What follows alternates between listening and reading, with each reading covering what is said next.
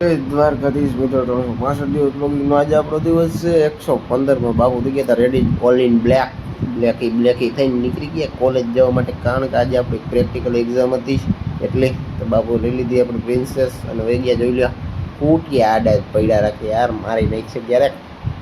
કૂટિયા જાડા નડ્યા રાખે હાલો ભાઈ બાપુ નીકળી ગયા બાપુ આવી ગયા હતા કાલાવડ વળબળ હરખે કરી લઈ કારણ કે સીન સપાટા તો મારવાના એના હાટું તો જાય છીએ આપણે રાજકોટ મારી બહાર જવાનું ચીગમ બીગમ ખાઈને હું બે ગયા ઈકામાં આજે એક પની વાત કહું કારણ કે રાતના 1 વાગ્યા લગી હું લખતો હતો પછી હું થયું ને તો કંઈ નથી લખતા નીંદર આવી ગઈ પછી લખવાનું બાકી રહી ગયું અને લખાણું ગયું પછી બાપુ નીકળી ગયા કોલેજની બહાર અને આવી ગયા કાલાવડ બિચારું લખવાનું બાકી રહી ગયું અને કાંઈ થયું પણ નહીં લ્યો હવે શું કરવું લખવાનું તો રહી ગયું બાકી ત્યાં જઈને લખવું પડ્યું કોલેજ જઈને તો લખી નાખ્યું પછી બાપુ આવી ગયા ઘરે બાપુ આવી ગયા ઘરે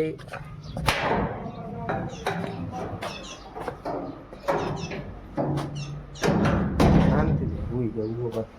કમર બહુ દુખે મારી આજે કારણ કે 3 દિવસ સતત કામ કર્યું ને એટલે રાતે ઓફિસ બરાબર જેવું કામ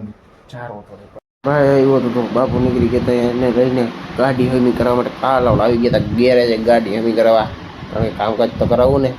પાછા આપણી ગાડી લઈને નીકળી ગયા હું જનરલ ભાઈ કાલાવડ જવા માટે કારણ કે આપણે નાસ્તો પાણી કરવો તો પડે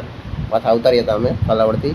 અને પાછા જઈ હતી કાયમ કાલાવડ જવાનું આવવાનું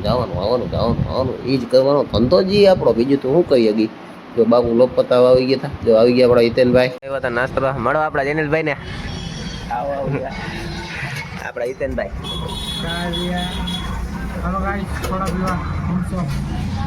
પછી નાસ્તો પાણી કરીને પેટ્રોલ પુરાવીને બાપુ નીકળી ગયા આપણી પ્રિન્સેસને લઈને ઘરે જવા માટે બહુ લાંબા આવે બ્લોગ હવે કેમ કે કોન્ટેન્ટ બદલે છે ઇમ્પ્રુવમેન્ટ જરૂરી છે કેવું સુંદર લાગે મારો લગ્ન હવે થોડો આપણા ભાઈના લગ્ન છે એટલે કામ તામ સારું લખવું પડે તો આજ હાટું આટલું મળીશું નવા મિની બ્લોગ સાથે ચાલે કે વધારે દ્વારકાધીશ